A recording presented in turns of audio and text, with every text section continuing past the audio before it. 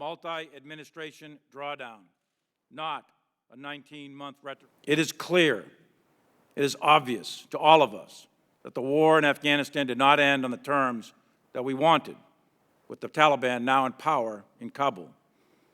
Although the NEO was unprecedented and is the largest air evacuation in history, it was a tactical, operational, and logistical success, evacuating 124,000 people. The war was a strategic failure. I think the Doha Agreement and the signing of the Doha Agreement had a really pernicious effect on the government of Afghanistan and on its military. Psychological more than anything else, but we set a date certain for when we were going to leave and when they could expect all assistance to end. So for the first time, there was something out there in front of them. It's been my position and my judgment that if we went below an advisory level of 2,500, I believe that the government of Afghanistan would likely collapse and that the military would follow. And one might go before the other, but I believe that was going to be the inevitable result of drawing down to zero, and I've expressed that opinion in writing for quite a while.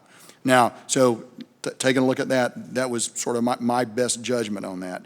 I believe that, so going below 2,500, I think, was the other sort of nail in the coffin, if you will, that allowed the Afghan government, that led to conditions where, first of all, we could no longer see what was happening to the force because our advisors were no longer down there with those units. As a part of that agreement, we agreed to cease conducting air operations against the Taliban.